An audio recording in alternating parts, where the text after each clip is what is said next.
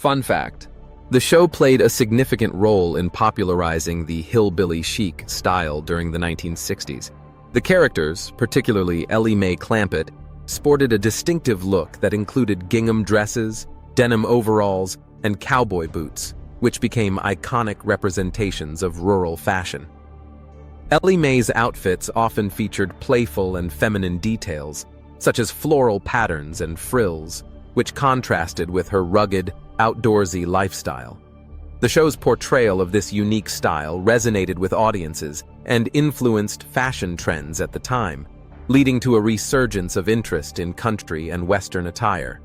Additionally, the show's costume designer, Ruth Morley, cleverly used fashion to enhance the characters' personalities, making their outfits not just a reflection of their rural roots, but also a means of comedic contrast against the opulence of Beverly Hills. The fashion choices on the Beverly Hillbillies remain memorable and are often referenced in discussions about television fashion history. Come and listen to my story about a man named Jed. A poor mountaineer barely kept his family fed. And then one day he was shooting at some food, and up through the ground come a bubbling crude oil, that is, black gold, Texas tea. Well, the first thing you know, old Jed's a millionaire. The kinfolk said, Jed, move away from there. Said, California is the place you ought to be. So they loaded up the truck and they moved to Beverly Hills, that is, swimming pools, movie stars. The Beverly Hillbillies.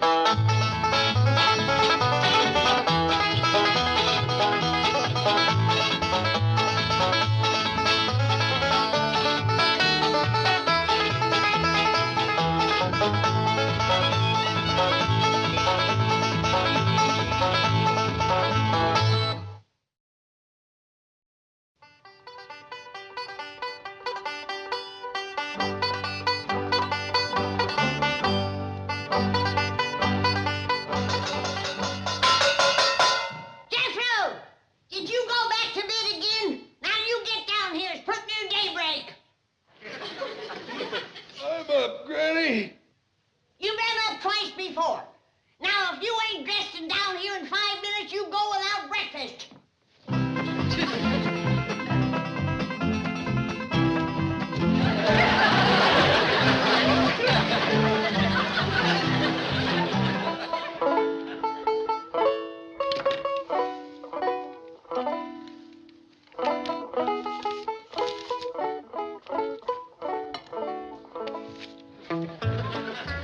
Morning, Uncle Jed. Boy, I sure did sleep up appetite. Hold on, boy. Wait a minute. Oh, I'm sorry, Uncle Jed. Is these yours? Them sugar pine shaving. They sure do got more names for cereals. Sugar pine shavings ain't one of them. Cornflakes is over there. Have them for breakfast. Yes, sir. Them's my favorite. Ellie Mae, ain't you up yet? Yes, Granny, I'm up. It ain't even daylight yet. The lazy days of lolling around in bed until sunup is over. We own a store now, and we have to get into town to mind it. Well, Granny, I don't hardly think the stores in Beverly Hills open this early. Why, especially at one of them fancy dress stores like the House of Renee. When the Clampetts own a store, it's going to open at a decent hour, at the crack of dawn. Listen, Granny. You see, we'll change it from the House of Renee to the House of Granny. That'll make her real proud. Yeah, we'll surprise her with it. Uncle Jed, after we get the sign put up, what's there going to be left for us to do around the women's dress store? Oh, we'll see. Generally speaking, there's a lot of chores connected with running a business. Laying in supplies, counting money, waiting on folks. Miss Jane said advertising is real important now. You mean like putting up signs? Yes, sir. I could make a sign, carry it all over Beverly Hills, saying, follow me to Granny's store. The House of Granny. Oh, yes, sir. Jed Clampett, you making a slingshot at your age. This ain't no slingshot, Granny. What is it then? Why? 'Cause I asked, that's why. Now, you get over here and eat your cereal. But, Granny, them sugar pine shavings, I ain't gonna eat them. Well, then why did you fix yourself such a big helping? Them's the shavings from Uncle Jed's whittling. What's he whittling? Why? 'Cause I want to know, that's a why. And one more sassy answer out of you and I'm gonna box your jaws for you. Uncle Jed, don't you sit there grinning. Help me. Boy, didn't mean to sass you, Granny. What I'm whittling is a letter. Why? That's it. That's what I've been trying to say. You're raising your voice to me again, boy. Well, sure, getting Ellie Mae dressed and fed and all, Jethro and me would take a quick run downtown, open up the store, lay a fire, and sweep out and things like that. Yeah, I'll get some glue and stick Granny upside the wall. What did you say? The boy ain't really awake yet, Granny. Come on. I'll wake him with a hickory stick. That's what I'll do. That's the trouble with the young'uns today. They ain't got took to the woodshed enough. Learn some respect for their elders. Spare the rod and spoil the child. Truest words ever spoken. Morning, Granny. Ellie Mae, how long has it been since you had a good whooping? Well, I can't remember. That's what I thought. Well, what was that for? Insurance. An ounce of prevention is worth a pound of cure. Now you sit down, honey, and Granny will fix you a nice breakfast. My, but you're pretty this morning. Why, you put the sunrise to shame.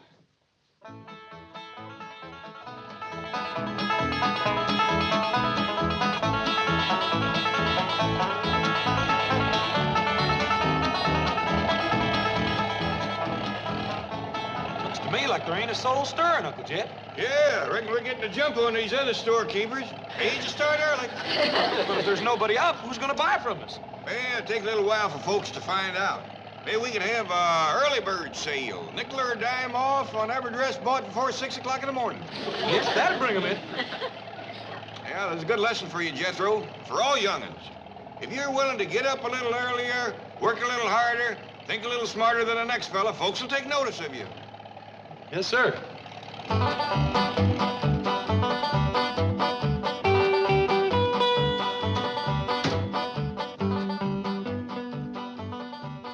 I reckon we can leave the house and just knock off the Renee.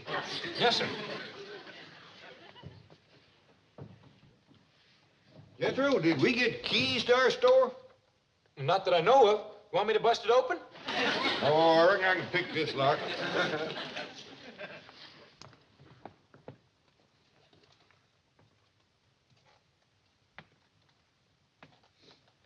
Uncle Jed, remember what you told me about getting up early and working harder and smarter so those folks will take notice? Yeah? Well, you sure enough was right. Somebody done took notice. They have? Yeah. Just turn around and look behind you. Morning, Mr. Policeman. Morning. I was telling the boy here on the way over, you get an early enough start and you can get the jump on these Beverly Hills storekeepers. Yes, sir, that's what he said. Yeah, well, you got the jump on him, all right. Thank you, thank you. Now, both of you, turn around, put your hands up against that door, and lean forward. Well, we don't want to bust it down. Jethro thought of that, but I told him I could pick the lock. Just put your hands against the door like I told you.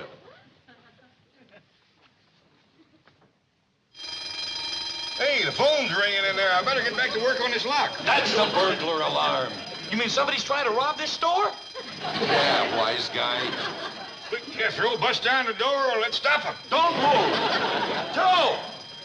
Look, Mr. Policeman, I better explain something to you. We own this store. Oh, sure you do. Sure you do. Yeah. Joe, bring bracelets for these two. Bracelets? No, thank you, Mr. Policeman. We sell dresses, but we don't wear jewelry. Hurry up, Joe.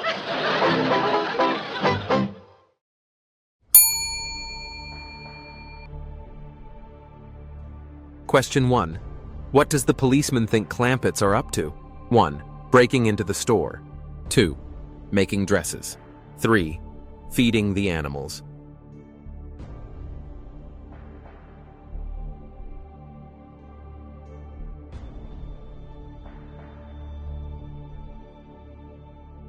Question 1. What does the policeman think Clampetts are up to? 1. Breaking into the store. 2. Making dresses. 3. Feeding the animals. The answer, he thinks they are breaking into the store and arrests them.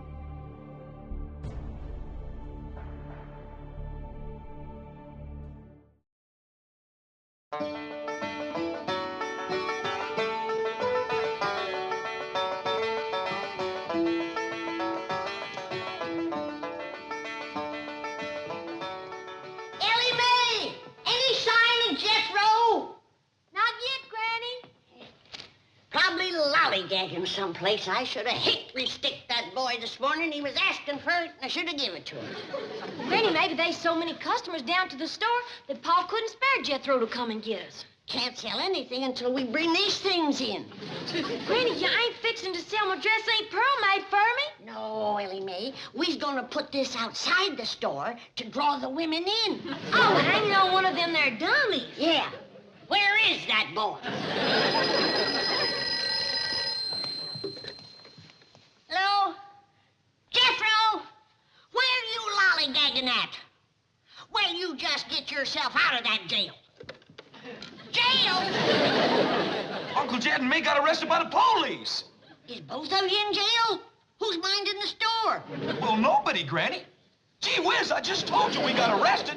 A policeman pulled a gun on us and brought us here to jail. Heck, fire! Jethro, give me that phone before I get my arm tore off. Arm tore off? Ellie, fetch our guns. The police are torturing your paw. Hold on, Jed. We'll be right down to help you. No, Granny. Now listen careful, because we's only allowed to make one telephone call. Get a hold of Mr. Drysdale and tell him we's in jail. He'll know what to do. Now hurry, Granny. Ellie, run next door and tell Mr. Drysdale to get your paw out of jail. Quick. Well, it's quicker to phone, Granny. No. Your paw says we's only allowed one telephone call, and they've done made it. Now scoot.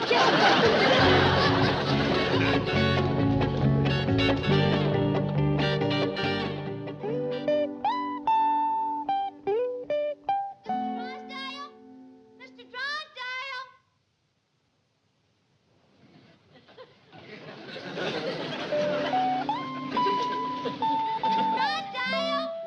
Mr. Drysdale, it's me, Ellie Mae. The police arrested Paul. They got him and Jethro in jail. Wait, Mr. Drysdale. Granny says hurry. You tell Granny I'll be right over.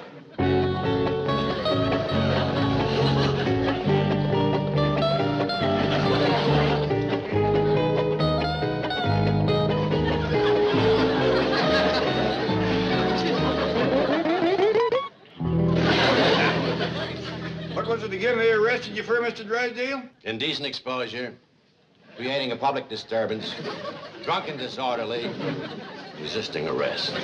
Ooh-wee. You sure got us beat by a country mile. Best we could do was breaking and entering. Now, we don't rightly deserve that. We didn't break nothing, and we didn't get a chance to enter. The whole morning's for Miss Hathaway to be out bird watching. Doing what? Bird watching. Why, is they up to something? Now, we may as well relax till she gets here. You say you can identify these characters? Indeed I can. They are three of Beverly Hills' most distinguished citizens, a bank president and two multi-millionaires. Release them immediately. Here, blow this up. Then I want to see you walk that crack in the floor. Now see. And what have you got in that canteen? Celery juice. Oh, boy. You winos will make it out of anything. Miss Hathaway, call my lawyer. Well, by George, as mayor of Beverly Hills, it's your duty to see that people are not mistreated, especially rich people. Well, created equal, yes. But once a man comes into money, all right, have it your way. Radical. Well, what do you want? Just reporting in, Chief. I delivered the carpets to their store as you requested. I didn't request it, I ordered it. Yes, sir. I also ordered that they be made happy. Have they been made happy? Well, I did my best. Don't evade the question, are the Clampetts happy? Well, yes, sir, I believe they are, but you may not be when I tell you what they're planning to do. If the Clampetts are happy, I'm happy. What are they planning to do? Turn Beverly Hills' most exclusive dress shop into a country store. I'm unhappy.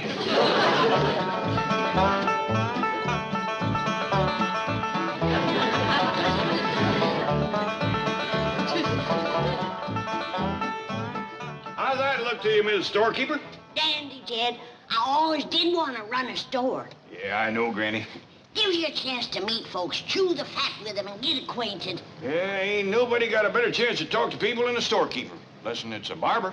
Old Luke Short had the right idea. He had a barber chair right in his store. Granny, if you want a barber chair in your store, we'll put one in for you. Hey, Granny, I got the barrel of pickles, the barrel of crackers, the pot-belly stove, the checkerboard, and all the other stuff you wanted on the truck yonder. Damn you, Jethro. There ain't nothing like a free dip into the pickle barrel and a friendly game of checkers beside the stove to get a customer to feeling good. Come on inside. Help me decide where to put everything. Jethro, we might be putting in a barber chair, too. Well, hot diggity dog. We sure gonna give this store some class. Granny, I put my extra fancy dress on the dummy. You want me to tote it out front like you said? No, Ellie. It's so doggone pretty, I'm scared somebody might walk off with it. Jethro, run out and find some stovepipe. Yes, sir, Uncle Jed. Granny, seeing as how this is the only chimney, I reckon we best put the stove here. We can run a pipe over and join it into the flue right about there. All right, Ned. She don't fill this dress out proper. Tote her out to the back room and you put it on. Yes, Granny.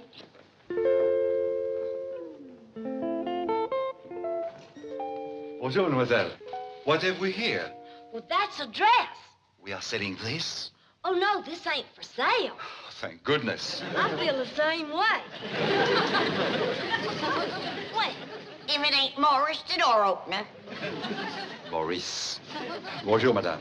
Well, Mr. Bonjour, why weren't you here to open the door this morning? But the house of Ronnie never opens its doors before 11. The house of Granny does. The house of Granny? Where is Madame Renee? I heard tell that she took off for France. We's running the store now. Quel dommage. Does this mean that my employment is terminated? No, it means you're fired. Fired? If you had been on the job at a decent hour this morning, Jed and Jethro wouldn't have got arrested. Besides, we don't need no door opener. Now, hold on. Granny, we ain't looking to throw nobody out of work. Work? You call what he does work? Bowing and scraping and opening up that flimsy glass door? Well, maybe we can find him something more useful to do. He might like that himself. How are you at cutting hair? Qu'est-ce que c'est hard?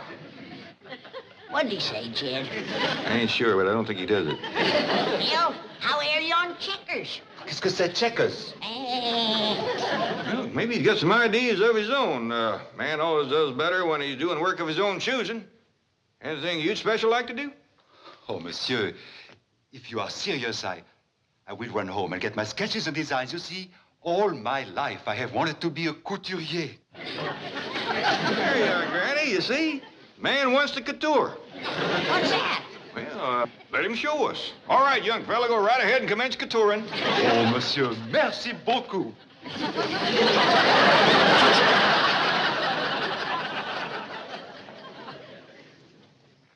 Granny, if that's coutouring, he's going back to opening doors.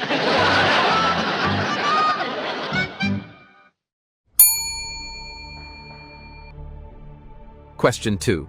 Who else gets arrested trying to help the Clampetts? 1. The cook. 2. Mr. Drysdale. 3. Duke, the dog.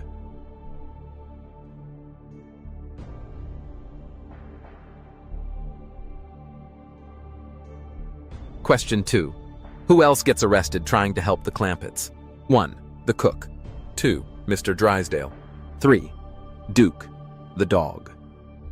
The answer, while rushing over to help, Mr. Drysdale gets arrested because he's still in his pajamas.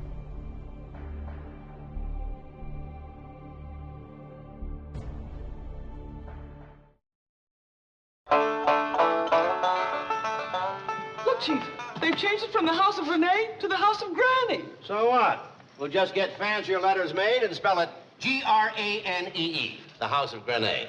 Women will eat it up. But we haven't seen what they've done to the interior. Oh, there it is. Look for yourself. Absolutely unchanged.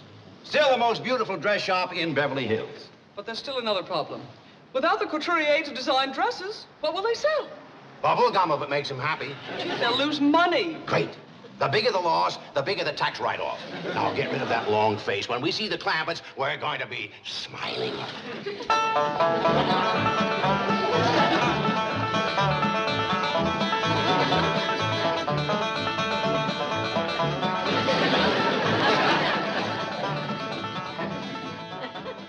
Chief, you're not smiling. I'll be all right. I have to keep reminding myself that only two things are important. A, keep the Clampetts happy. B, it's all a tax write-off. Granny! Mr. Clampett, anyone here? Oh. Well, our first customers. Didn't hear you come in. Jed, we gotta bell that front door. Yeah, I'll attend to that first thing. Well, how do you like the store since we friendlied it up? Well, it's a tax write-off. I mean, It's a friendly store. exactly. Are you happy? You betcha. Granny is happy as a gopher in soft dirt. Granny, are these the dresses you're going to sell? Now, let's not talk business right off. Set a spell. Grab yourself a pickle or a fistful of crackers while we visit. No, Edison, I'm not hungry. We just finished lunch. Well, then hop into the barber chair. I'll heat up the curling iron and give you a Marcel while we talk. No, as a matter of fact, I have to be going. Well, it won't take a minute to heat up the curling iron. You'd look mighty pretty with a Marcel whilst we visit. Well, as a matter of fact, with Mr. Drysdale here, I have to get back and watch The Office.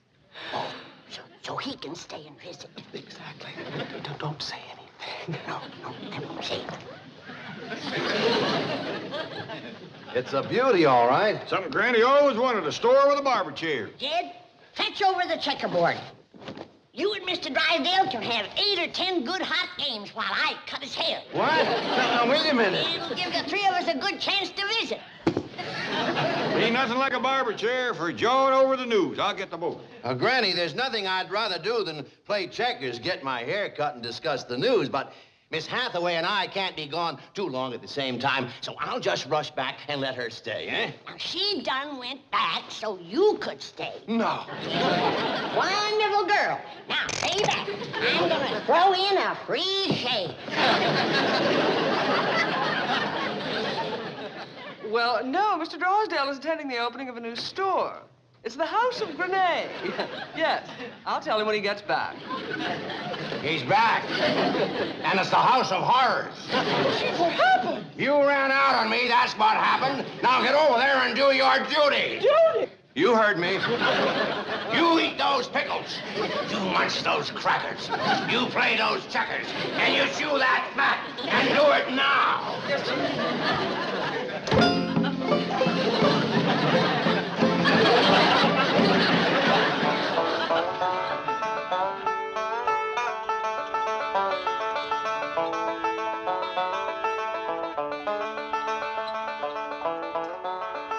Granny sure is unhappy, Pa. Yeah, I know, Ellie. We ain't getting no carriage trade, no drop-ins, nothing. You want me to go out front and yank some folks in? No, Ellie. Jethro and me has got what you call an advertising campaign ready. Come on in, Jethro. Get a move on. Let me see that advertising campaign. Follow me to the House of Granny. Is that it, Pa? Yeah, but you ain't seen the best part. Turn around, Jethro, and show her what folks see when they follow you. Free pickles, free crackers, checkers played, news jawed, haircut and curled. Come visit. Bye, doggies. That ought to bring him in. Should I get going now, Uncle Jed? Yeah, but go out the back way so Granny don't see you. Yes, Remember, sir. now, right through the best part of town, Wilshire Boulevard and all them big hotels. Yes, sir. Jed, we ain't doing no business. Have a little patience, Granny. I got a feeling it's going to pick up right away. Madame, Sir? it is I, Maurice. Oh, I didn't recognize you out of uniform. You're no longer the doorman at the House of Renee? No, madame. I am now the couturier for the house of Granny. Where is that? Right here. Oh, and Madame Renee? Return to Paris. Oh, dear. And I need a complete wardrobe for a world cruise, and quickly. Madame, I have designed just such a wardrobe. And it could only be worn by a woman of your beauty, charm, and bearing. You have some sketches to show me? In my car, madame. If you will step inside and have some champagne, I shall return immediately.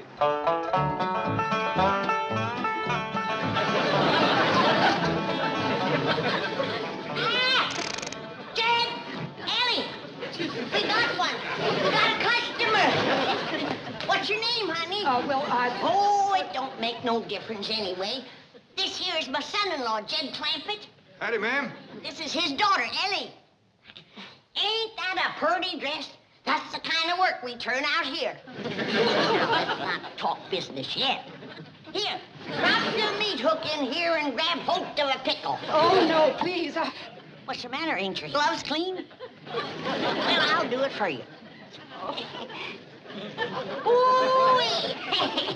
I got you a big one. Well, here you are, honey. Go on over here and grab a fistful of crackers. Oh, no, really. Oh, thank heaven, you're back. Oh. Qu'est-ce que c'est que cela? Is this your mister? Nice-looking husband you got here. Excusez-moi, avec moi, madame. That was Morris, the door opener. Oh, he's taking up Couturin. What's that? Well, he was doing a little of it there as he led her away. And blame it, I still ain't got nobody to chew the fat with. Greetings, all.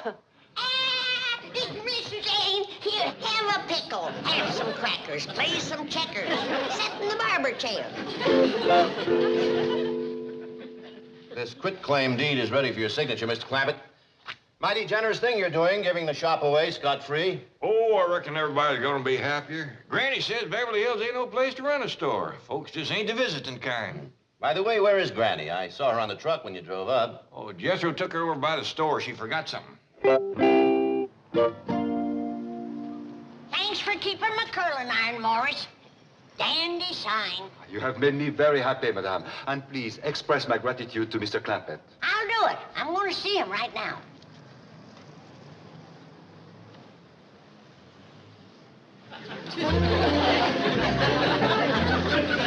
Miss Hathaway, would you come in and witness the signing away of the house of Granny?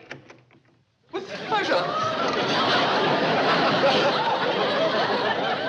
Fine dog is Mr. Drydale. You gotta admit, Granny did give a mighty stylish hairdo.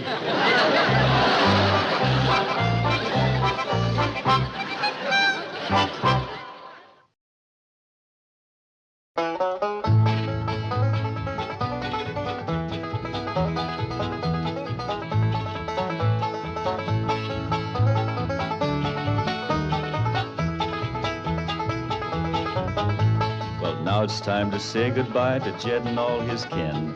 They would like to thank you folks for kindly dropping in. You're all invited back next week to this locality to have a heaping helping of... Question 3. What do the Clampetts ultimately decide to do with the store? 1. Burn it down for the insurance. 2. Give it to Maurice. 3. Sell it.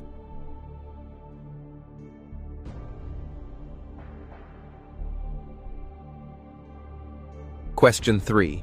What do the Clampetts ultimately decide to do with the store? 1. Burn it down for the insurance. 2. Give it to Maurice. 3. Sell it. The answer. The Clampetts give the store to Maurice, the former doorman.